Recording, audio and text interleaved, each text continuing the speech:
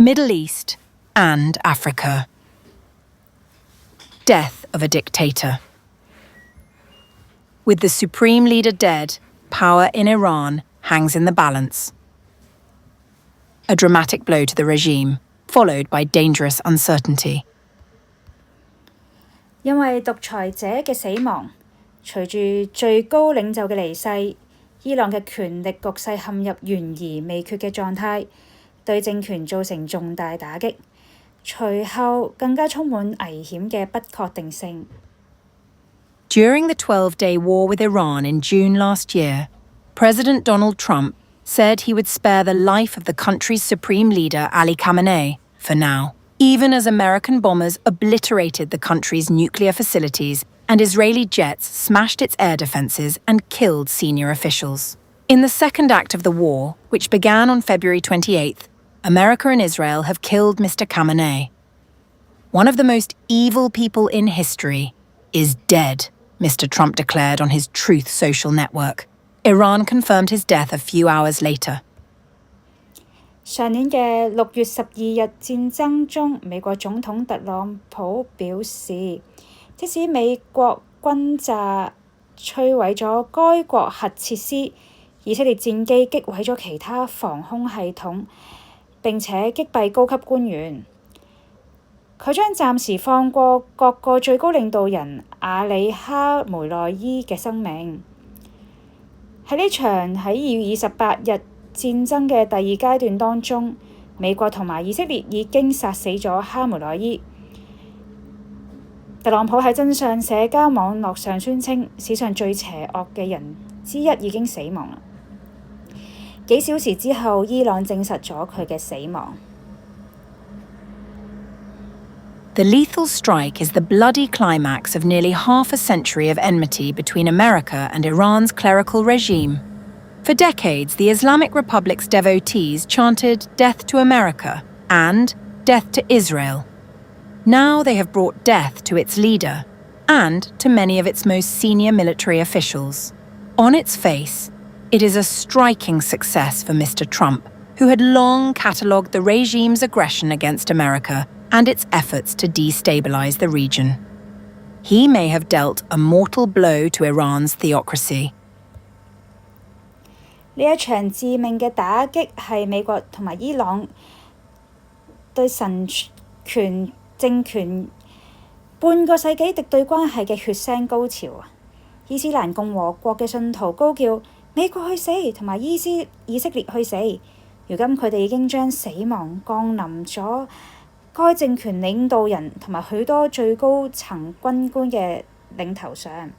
從表面上對特朗普而言係一個顯著嘅成功，因為佢長期以嚟一直列舉該國政權對美國侵略嘅行為，以及佢破壞地區穩定嘅種種祈禱，或者已經俾伊朗嘅神權政治帶嚟咗嘅致命打擊啦。The question is what comes next. Under the Constitution, a leadership council composed of the President, the Chief Justice and a senior cleric is meant to oversee the interregnum pending the selection of a new supreme leader. It is unclear whether all of them survived the attacks. Some had suggested that Mr. Khamenei's son, Mojtaba, might assume power, though there are reports that he too has been killed. The surviving regime could designate a clerical successor, or perhaps a committee of them. Yet real power has long been assumed to reside with the Islamic Revolutionary Guard Corps, IRGC, the regime's Praetorian Guard. The trouble is, many of its luminaries have also been eliminated. According to Israel, those killed include Ali Shamkhani, an IRGC veteran and senior advisor to Mr. Khamenei, as well as Mohammad Pakpour, the IRGC's commander. 問題係接下落嚟會發生咩事呢？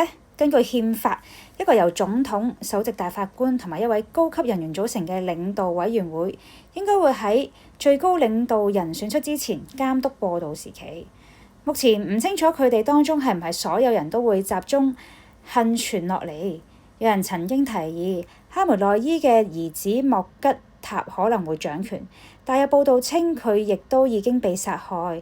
幸存嘅政權可能會指定一位神職人員繼任者，或者成立一個由佢哋組成嘅委員會。然而長期以嚟，人們一直以為實際權力掌握喺伊斯蘭革命嘅隊中。該政權嘅執政官衛隊問佢哋係去到發光都被淘汰。以色列同埋包括伊斯蘭革命衛隊老兵哈梅內伊先生嘅高級顧問阿里山姆哈里以及伊斯蘭革命衛隊指揮官穆罕默德帕克普爾。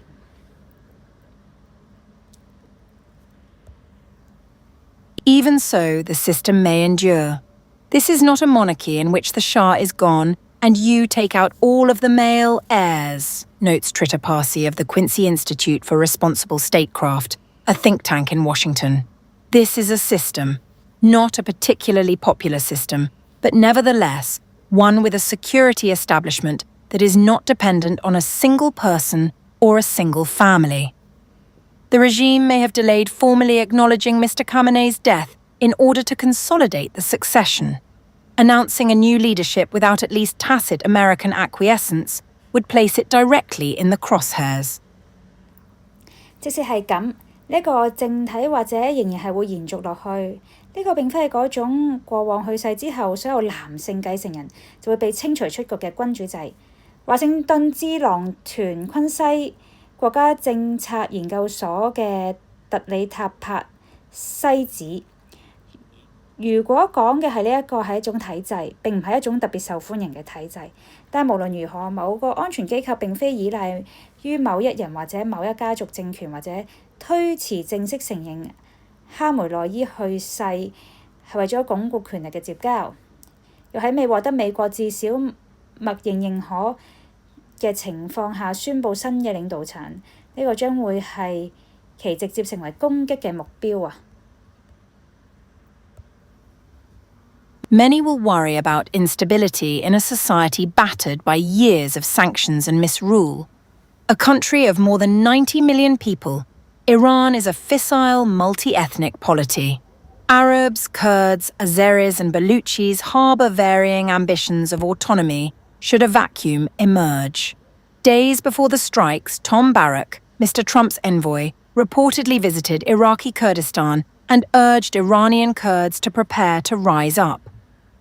Memories of the violent chaos that followed the overthrow of Saddam Hussein in Iraq in 2003 and Muammar Gaddafi in Libya in 2011 remain seared in the region's memory. 好多人都擔心咁樣受到制裁同埋唔當統治者之苦嘅社會出現唔穩定嘅局面。喺一個擁有超過9000萬人口嘅多民族國家，一旦出現真空，其內部存在住各種分歧嘅矛盾。阿拉伯人、庫爾德人、亞塞姜拜人同埋俾路支人就會各懷有唔同嘅自治野心。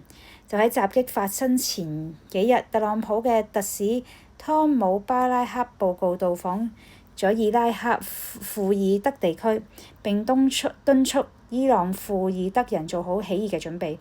伊拉克推翻薩達姆侯賽因，以及2011年利比亞推翻利比亞穆阿爾卡扎菲之後所引發嘅暴力混亂影像，至今深深烙印喺該地區嘅記憶中。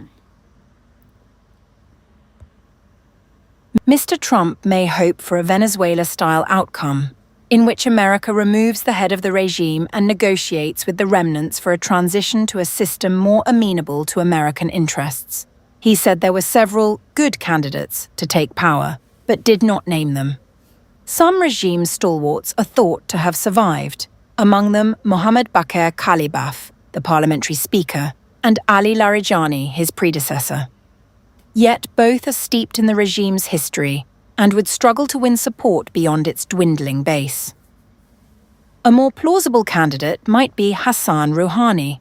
Twice elected president, he negotiated a nuclear accord in 2015 in pursuit of détente with the West.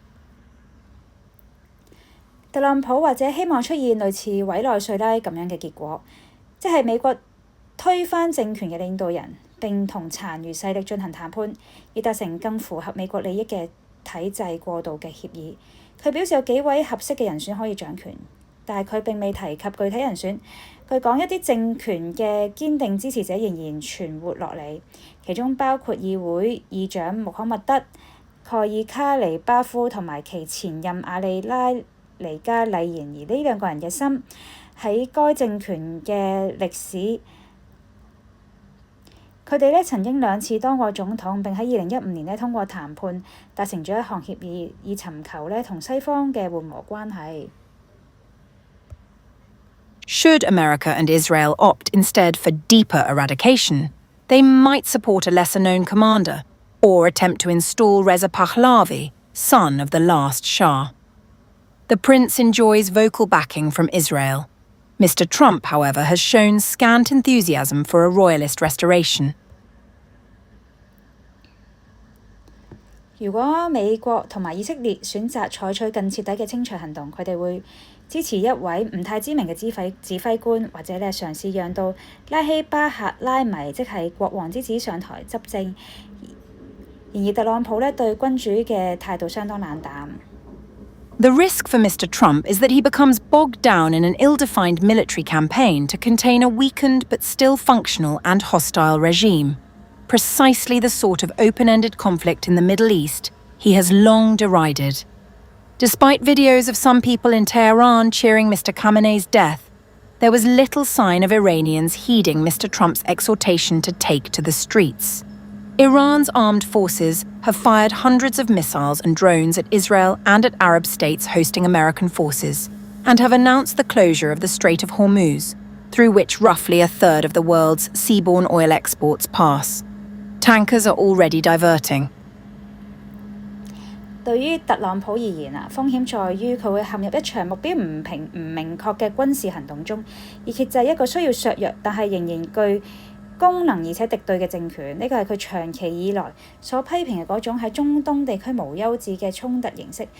視頻顯示一啲德黑蘭為哈梅內伊嘅去世歡呼，但幾乎冇跡象表明伊朗民眾會響應特朗普係走上街頭。